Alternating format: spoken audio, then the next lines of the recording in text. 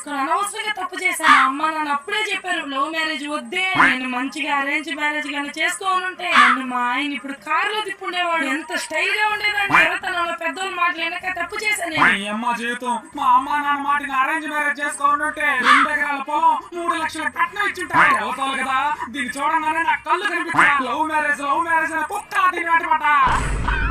ఇంకెంతసేపు త్వరగా బిగించండి. పక్కన పైకి ఒకటి త్వరగా బిగించండి. ఇంటి రెండమ్మ కట్టారు చూసారండి, బిగించండి.